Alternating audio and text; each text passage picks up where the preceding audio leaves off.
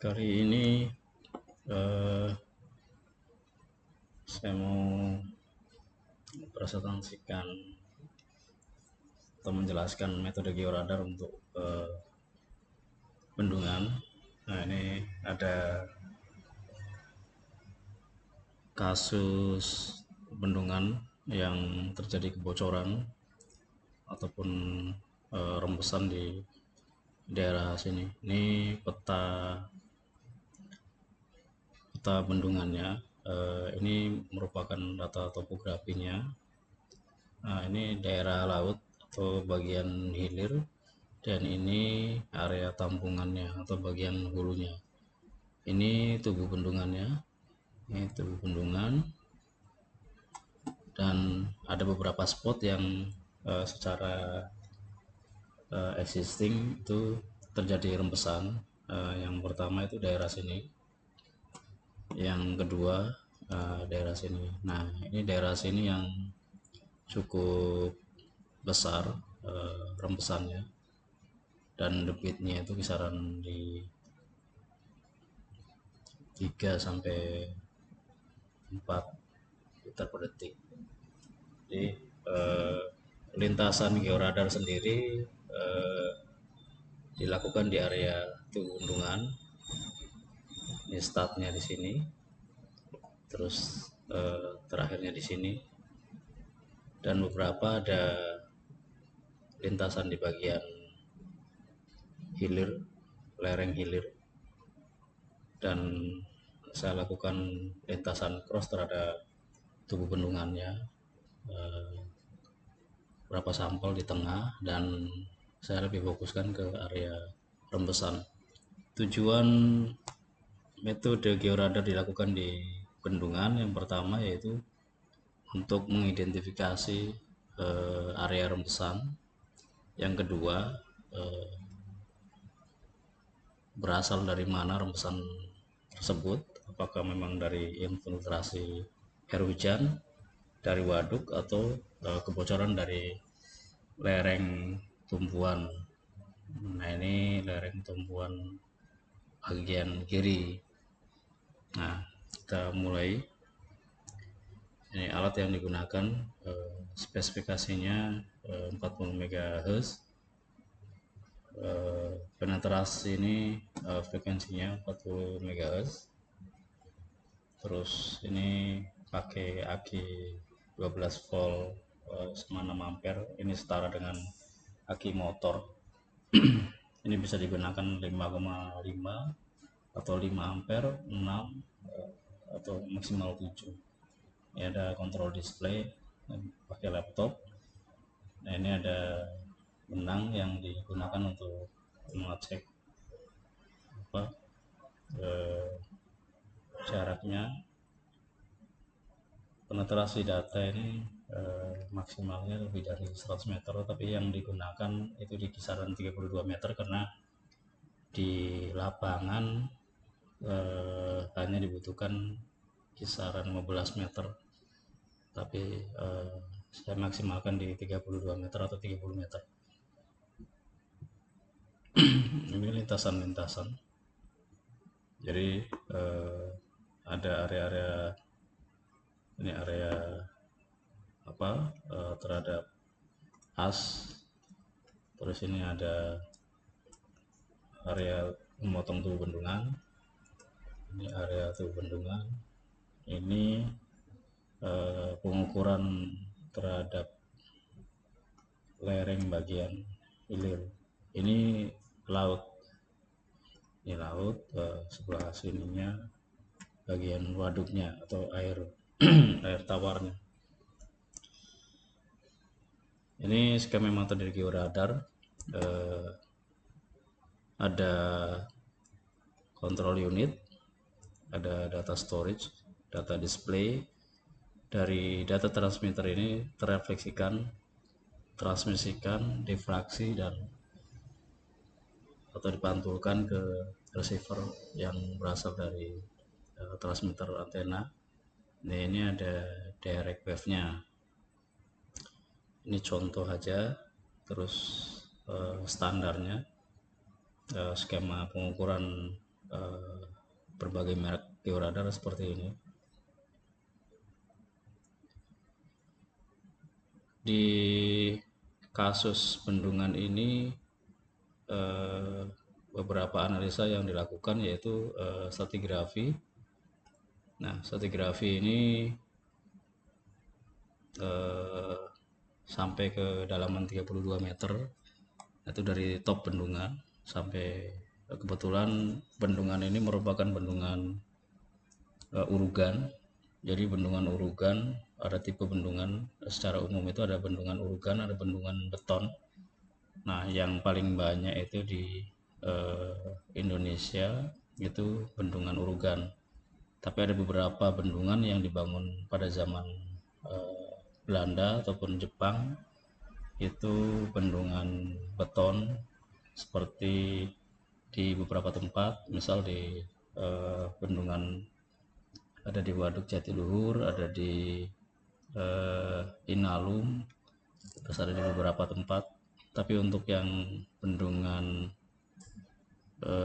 urugan itu relatif banyak di Jawa Tengah, tersebar di seluruh Indonesia. Nah, ini analisa yang dilakukan stratigrafi atau perlapisan tanah. Kita bisa korelasi dengan data coring bore atau data test bed. Yang kedua, resistivity. Kita melihat distribusi resistivitasnya seperti apa. Ini bertujuan untuk mengidentifikasi adanya kandungan air jenuh ataupun kandungan air tinggi, kelistrikannya. Nah, ini distribusinya resistitivitas dalam ohm meter. Yang ketiga, volumetric water content. Dua hal ini sebenarnya memang saling berkaitan, cuman kelebihan dari metode georadar ini, kita bisa mengeluarkan data resistitivitas, sehingga kebanyakan orang taunya pengukuran bocoran dan yang lainnya itu menggunakan resistitivitas.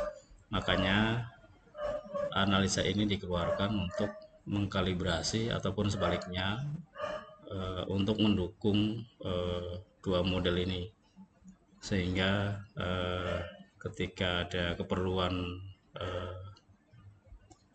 ohm meter kita bisa keluarkan nilai ini. Nah, ini untuk volumetric water content, kandungan air dalam tanah itu dalam persentasi. Jadi di dalam tanah biasanya ada persentasi kandungan air. Nah, ini bisa dikalibrasi dengan data lab. Ini nanti hasilnya itu water content. Nah, dari water content ini nanti dicek kedalaman berapa sampelnya.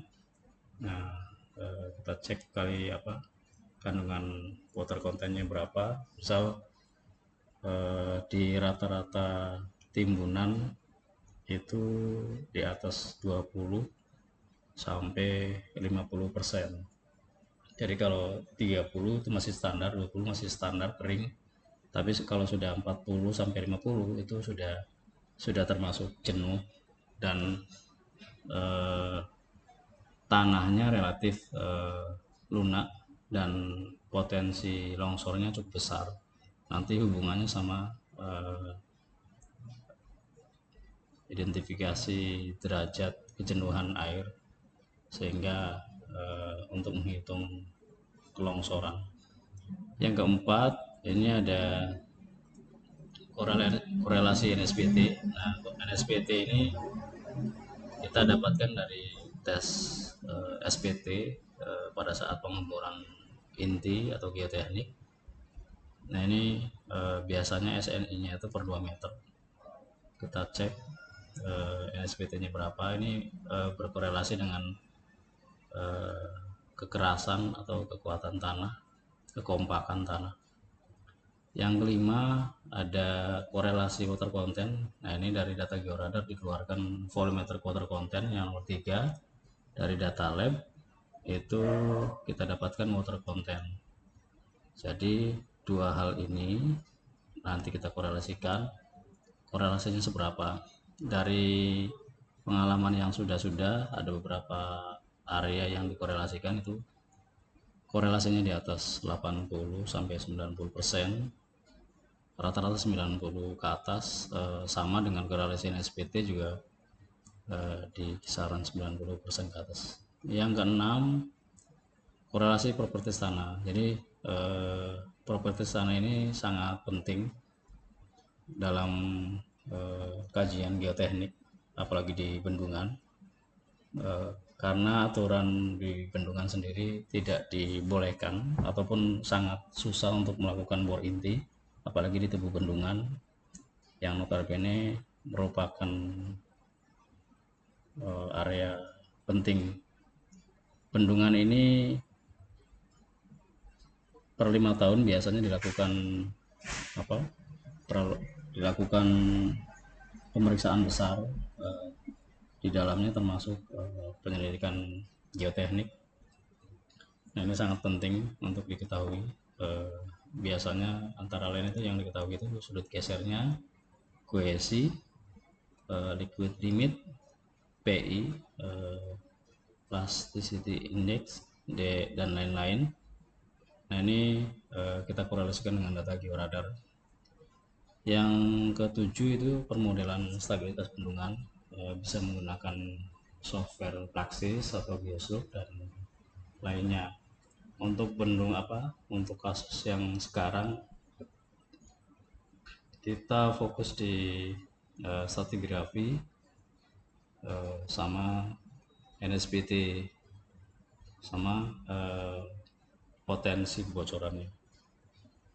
Ini standar pengolahan data georadar dari korelasi stratigrafi bor, terus georadar 2D, terus NSPT 1D korelasi dengan stratigrafi NSPT 2D, hasil lab mekanika tanah yang 1D ini kita korelasi dengan data georadar juga.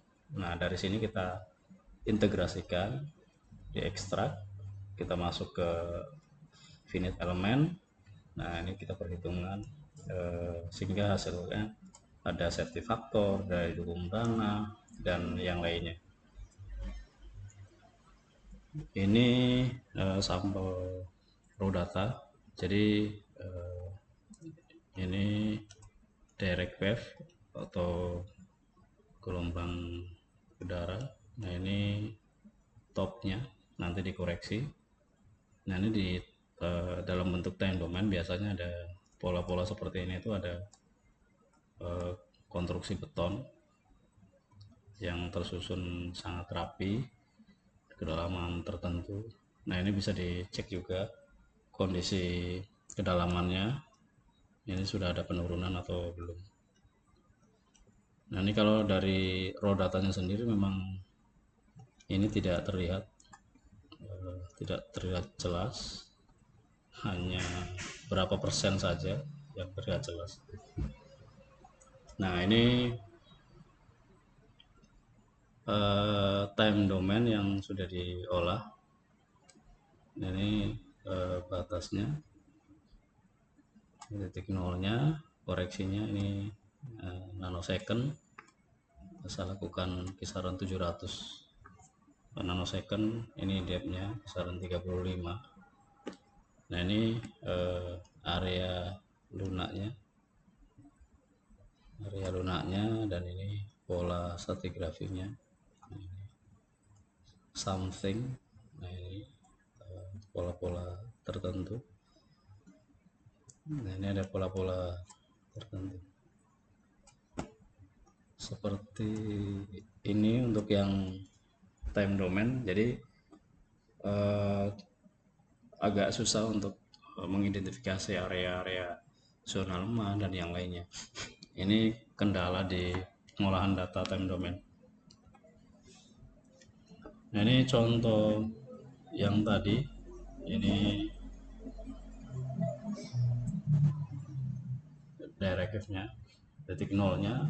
Nah, ini batas lapisan yang strong, ini pola-pola. Nah, ini area lunaknya. Nah, kalau kita lihat memang hanya segini yang kita dapatkan dari time domain. Nah, saya coba untuk melakukan pengolahan data dalam bentuk frekuensi domain. Nah, ini frekuensi domain, ini data yang sama. Ini area timbunan agak keras berupa ada boulder, ada batu pasir dan yang lainnya masih campur. Nah, ini area yang lunaknya, ini sangat clear. Nah, ini area lunaknya. Nah, ini menunjukkan NSPT. Ini NSPT sangat rendah. Ini rendah, ini di kisaran 4 ya, antara 0 sampai 10. Nah, ini ada kontur, ini menunjukkan NSPT. Ini 40 menunjukkan NSPT. Nah, ini 60. Biasanya dalam SNI untuk konstruksi itu NSPT lebih besar 60 itu sudah termasuk tanah keras. Nah, ini pola-pola ini yang tidak didapatkan di time domain. Nah, ini bisa dikorelasikan dengan data bore, dan ini sudah dikorelasi dengan data bore. Jadi pola-pola ini terlihat sangat jelas. Nah, ini batas yang masih terdeformasi. Nah, ini batas yang sudah relatif kompak. Nah, yang paling kompak di batas 60 itu. Batas 60. Jadi sangat jelas sekali di mana area kompak, area LSPT rendah, SPT tinggi, kandungan air tinggi, dan yang lainnya. Nah, kita lanjut. Ini korelasi data bornya. Ini di sini. Nah, ini ada titik bor. Ini dikorelasikan. Ini SPT bornya 11, nilai georadarnya di 15. Ini 25, 27. Ini SPT 28, georadar 30. Ini lebih besar 60. Jadi di data SPT biasanya kalau sudah lebih besar 60 itu tidak dituliskan angka, tapi cukup dengan lebih besar. Nah, di georadar bisa berupa nilai. Nah, ini georadarnya 60. Nah, ini bornya di kisaran 30, ini 32. Nah, ini korelasinya hampir 90%. Oke, ini lintasan 2. Nah, ini area bocoran. Yang terlihat. Jadi keluar air dan mulai timbul rembesan sama longsoran kecil. Nah, ini diharapkan bisa melihat peta sebarannya seperti apa. Apakah memang dari air hujan, ataukah memang dari hulu ke hilir, atau memang dari lereng tumbuhan, bukit tumbuhan ke area timbunan. Ini area longsor juga. Nah, ini kita lihat, ini daerah permukaan yang berupa kerikil, pasir, dan yang lainnya. Dan ini area dengan kandungan air tinggi. Nah, ini biasanya ada instrumen yang dipasang di lapangan. Ini biasanya ada pisometer untuk mengukur debit air yang masuk dari hulu ke hilir. Nah, dari instrumen-instrumen ini nanti korelasikan bahwa setiap rembesan ini nanti terrecord. Jadi kita bisa korelasikan, misal ini lintasannya ke sini. Nah, namanya garis freatik. Garis freatik itu garis yang menunjukkan ada rembesan dari hulu ke hilir yang direkam oleh instrumen-instrumen ini. Nah, ini pola garis freatiknya dari hulu ke hilir. Jadi secara data memang area ini sudah lemah, jadi daerah sini sudah kondisi jenuh, tapi tertahan oleh timbunan di sini. Nah, di sini tapi ada beberapa spot kandungan air tinggi. Nah, di sini juga ada. Nah, ini tanah relatif keras tapi masih infiltrasi dari air di sini, dan tidak adanya air masuk dari infiltrasi air hujan, cuma di kisaran garis freatik. Nah, ini batas lumayan keras. Ini NSPT-nya 40 dan ini 60. Nah, ini garis yang kompaknya. Ini karena ini bagian area air laut, ini kemungkinan besar air laut sudah masuk ke bagian lereng tubuh bendungan. Nah, ini contohnya, ini area laut, ini area waduk, air tawar, air laut. Ini sama line 3, jadi ini area rembesannya, ini lintasannya dari hilir ke hulu. Nah, ini dari hilir ke hulu, ini as bendungannya. Nah, ini garis freatiknya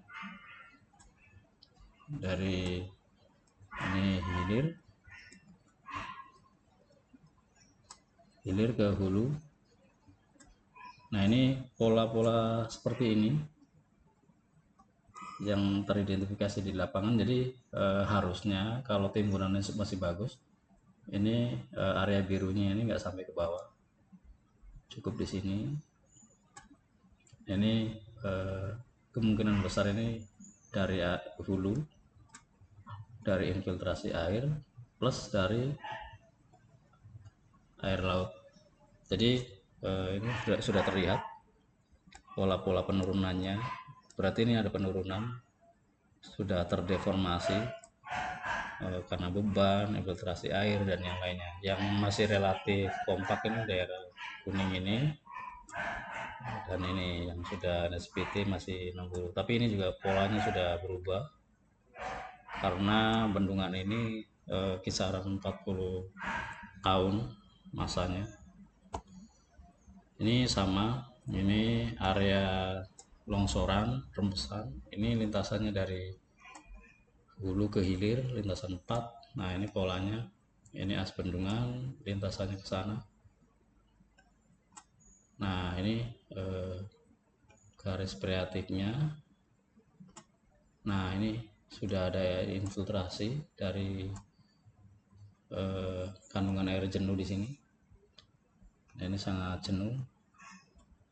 Nah, ini ada potensi yang berasal dari garis freatik, yang berasal dari hulu, ada potensi dari infiltrasi air hujan, terus masuk ke bawah karena kondisi yang semakin lemah lapisannya, ada juga infiltrasi dari air laut.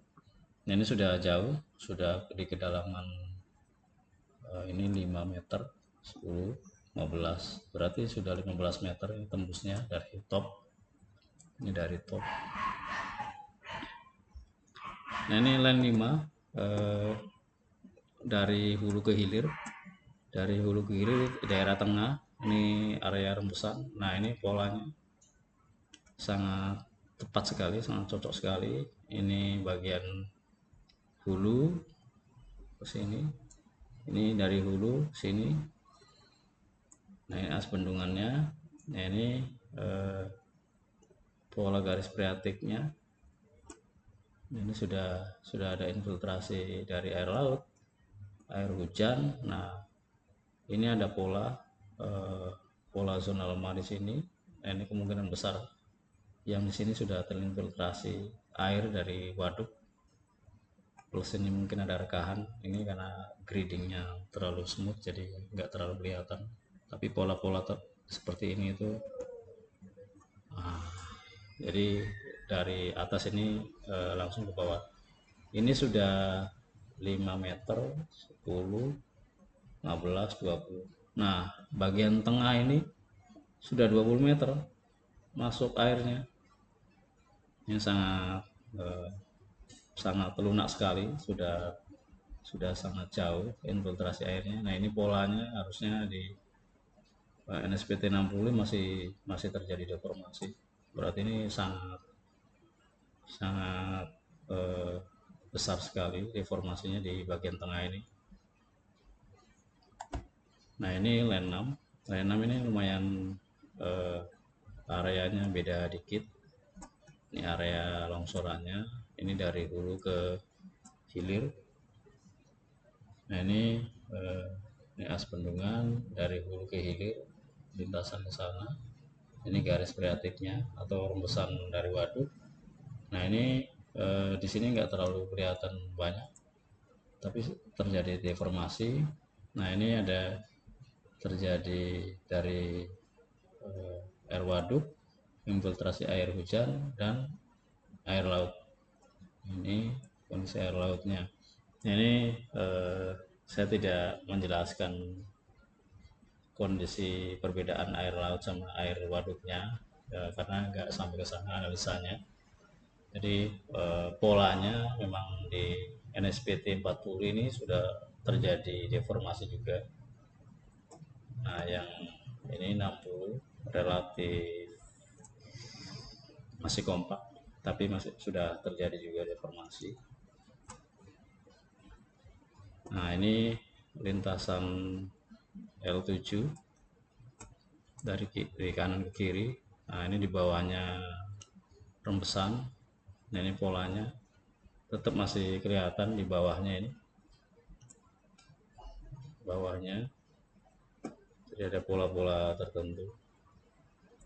Ini kandungan air tinggi. Ini sudah terisi. Ini pola-pola yang tidak teratur ini merupakan kondisi deformasi di bawah permukaan. Ini sama, ini lebih parah lagi kondisinya L8. Nah, ini L8 ini mulai dari sini. Nah, ini longsorannya. Nah, ini longsorannya. Nah, ini sudah masuk. Ini sudah masuk. Nah, ini kedalamannya 5, 10, 15, hampir 20 meter. Jadi sama dengan yang tadi, area paling parahnya di sini. Ini lintasan memanjangnya. Ini dari kanan ke kiri, ini dari bukit tumpuan kanan, bukit tumpuan kiri. Nah, ini startnya, ini endnya. Nah, ini pola-pola kandungan air tinggi. Kandungan air tinggi sangat banyak. Nah, ini polanya. Dan ini sudah dikorelasikan dengan data NSPT. Nah, ini sama lintasan di sini bagian lereng bagian hilir. Ini ada bola-bola. Sudah terinfiltrasi airnya.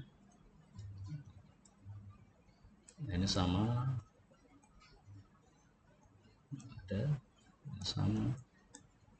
Kondisinya banyak spot-spot penurunan tanah dan rembesan yang terjadi dari sini, dari waduk, dari air laut, dan air hujan. Ini sama di sini.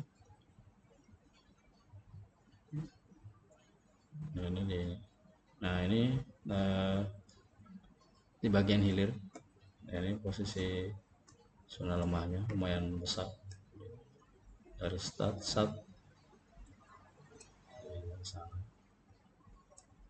ini area sini, area sini, area sini. Ini lumayan besar. Ini line 9 dari hilir ke hulu. Nah, ini memang ada pola tertentu ini kreatifnya. Nah, ini sangat besar posisi ini air laut, ini hulu, ini waduknya. Nah, ini kemungkinan besar juga terjadi akibat infiltrasi air lautnya sudah masuk ke dalam. Ini perlu dicek dari data lab untuk nilai kandungan kimianya ataupun kandungan air laut atau air tawarnya. Jadi selain dari infiltrasi air waduk, ini juga dari infiltrasi air laut dan juga air hujan. Ini sama dari hulu ke hilir. Ini waduk, air laut. Ini berarti waduk, air laut. Ini sama kondisinya. Ini air laut ini. Ini garis priatiknya. Nah, ini infiltrasi air hujan, air waduknya. Nah, ini area lumayan keras tapi sudah terdeformasi juga. Ini area kerasnya. Nah, ini yang lumayan kelihatan juga dari hulu hilir ke hulu. Ini garis priatiknya. Ini sudah masuk juga. Nah, ini tengah-tengah ini. Nah, ini tengah. Jadi infiltrasi air lautnya sudah ke arah tengah sini, sudah tinggi juga. Ini di kedalaman 1, 2, 3, 4, 20 meter lebih. Ini lumayan dalam, jadi sangat berisiko. Ini saya coba menggabungkan beberapa lintasan jadi 3 dimensi. Ini bola-bolanya, kandungan air tinggi.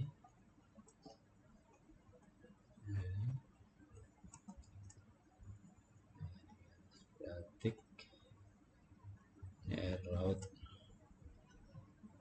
Ini sama.